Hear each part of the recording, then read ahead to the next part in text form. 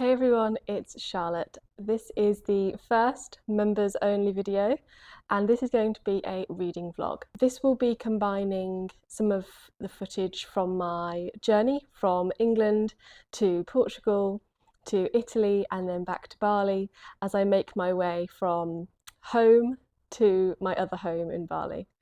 In it, you'll see what I've been reading along the way, and it's been really nice to edit the footage back actually and relive these really lovely memories that I formed during September. As you can see, I am in my airport attire and I'm ready to head from Portugal to Milan on the next stage of my journey, and then from Milan I'll be flying back to Bali. So I think as you watch this I will be somewhere in the sky.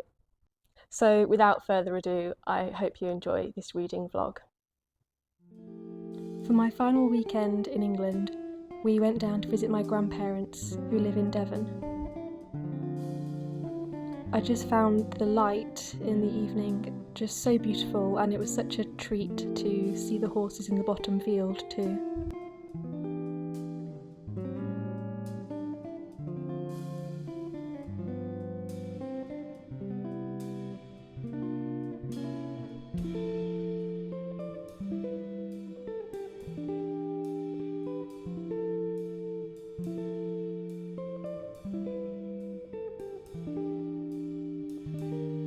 And this cosy setup was my reading spot for the evening.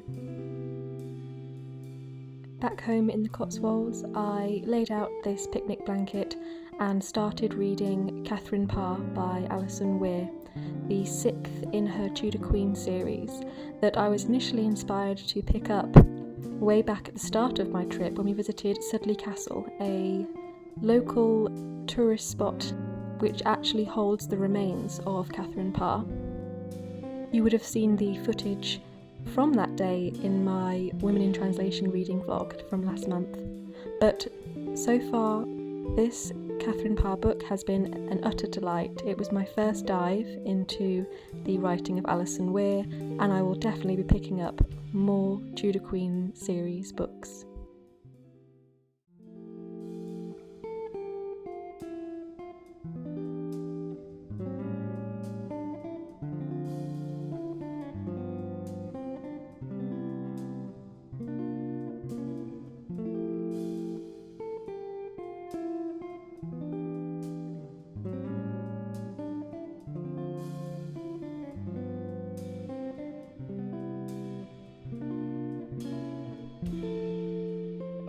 On this day, we went to go and watch my brother play hockey.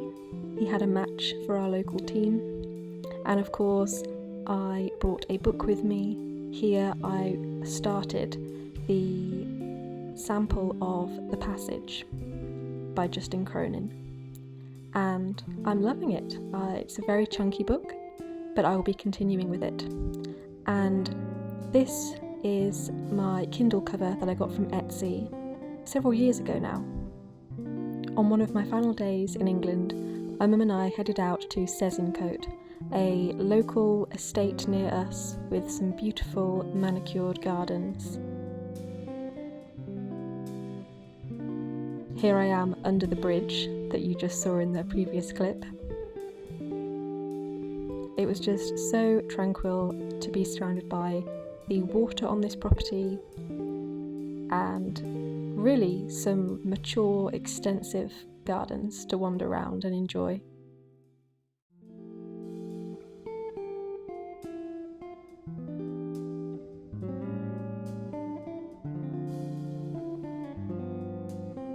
I absolutely loved the architecture of this tree. It just, with the knots and the way the light was coming through it, and I was so pleased that I was able to capture the start of autumn in England with all of the colours, having spent a lovely summer over in England too. We had beautiful weather for all of August and September. So this is the house, and it's notable because it has a dome on top of it inspired by Indian architecture. The conservatory on the side of the property contained a wonderful tea and cake shop that we enjoyed immensely. And yes, those are 2 elephants. Fake, of course.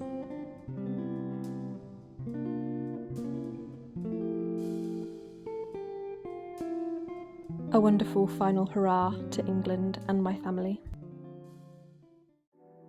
So it was time to start my journey back to Bali, starting with a stop off in Lisbon. We decided to get one of these golf carts around the city so that we could enjoy all of the different viewpoints and hear from a local what it's like to live in Lisbon and feel the atmosphere. These tiny streets that you can see here were actually designed deliberately to make it difficult for invaders to navigate the city. Just such tiny little passages all over the city.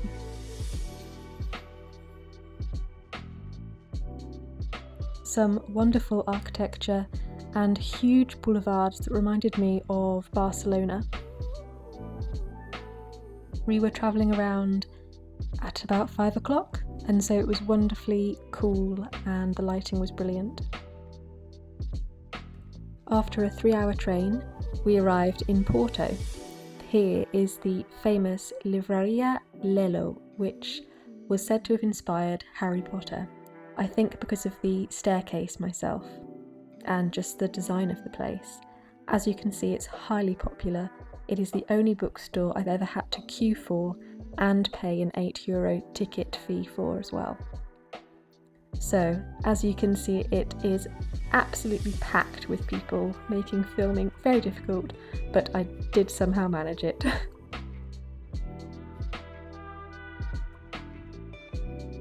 This is Carmen Church, and it was my favourite church that we saw in Portugal.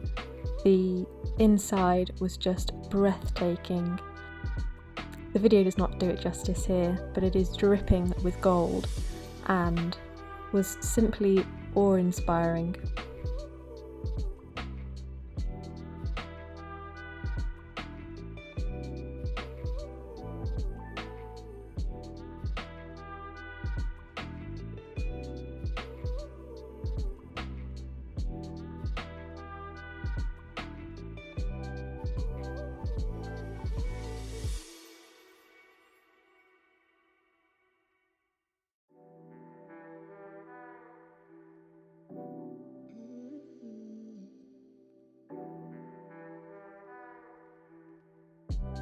This particular statue was very special because you could actually go behind it and kiss the feet of Jesus using this little step that was at the request of the locals.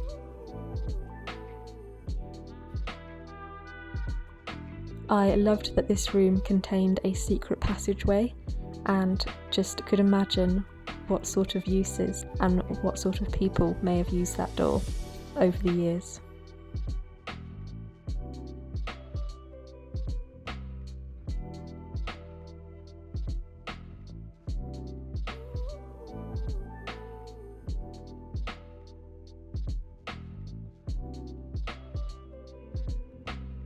Coming out of the Carmen Church, I headed on a walk down to the river area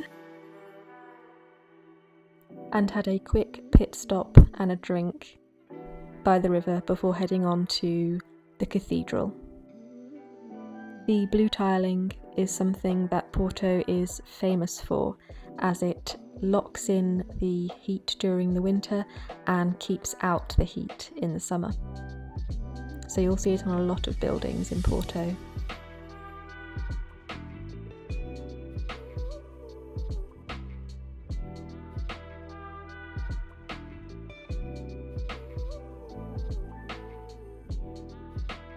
Even more buildings containing an excessive amount of gold.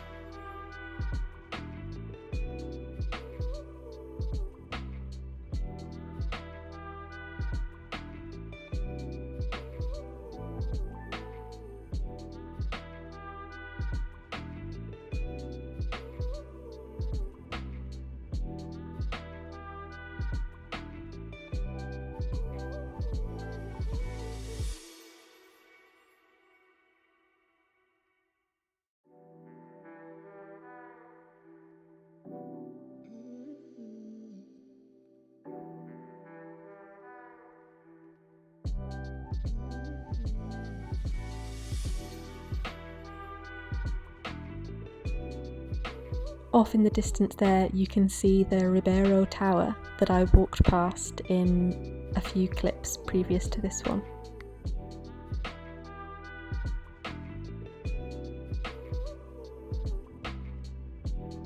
Then I enjoyed the square inside the cathedral so much that I decided to sit down and read a few chapters of The Maniac, our buddy read for September-October in our book club. I am loving that book at the moment, and I've shared more of my thoughts in the Fable book club app. I then made the most of my layover in Milan and spent the day exploring the city, which was beautiful and crowded.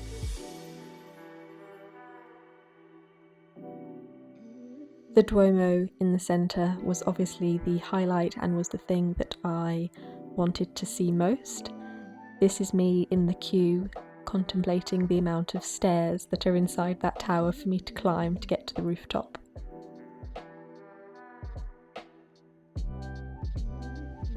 But there were some absolutely beautiful statues on the outside here, just so expressive and detailed.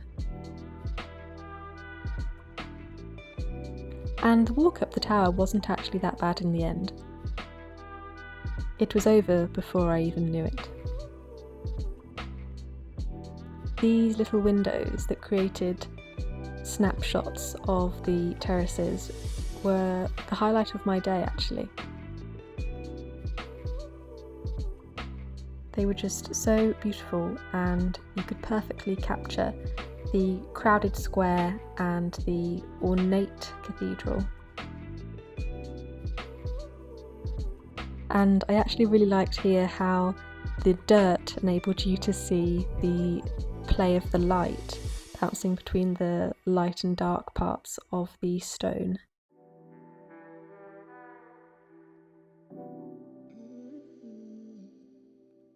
And the faces were an extra detail here that I really enjoyed. The inside of the Duomo reminded me a lot of the Sagrada Familia in Barcelona, in that there was just so many columns. I know in the Sagrada Familia the columns are meant to represent tree trunks.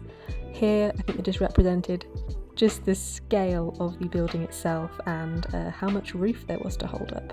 My favourite church of the week was still Carmen Church in Porto. And as I exited the Duomo, this marching band was walking past, and I just felt compelled to follow them. So I walked behind them the whole way up the street into the square.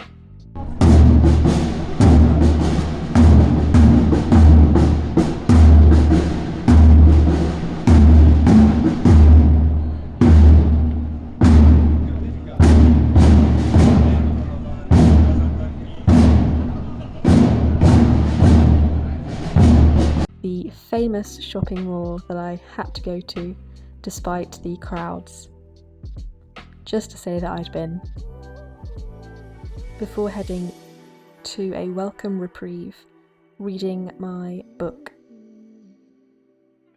Here I was reading The Phantom of the Opera, which I've almost finished. And as I walk back to the train station at the end of the day, it is time to board my flight to Bali. I will see you back in Bali, everyone. Bye for now.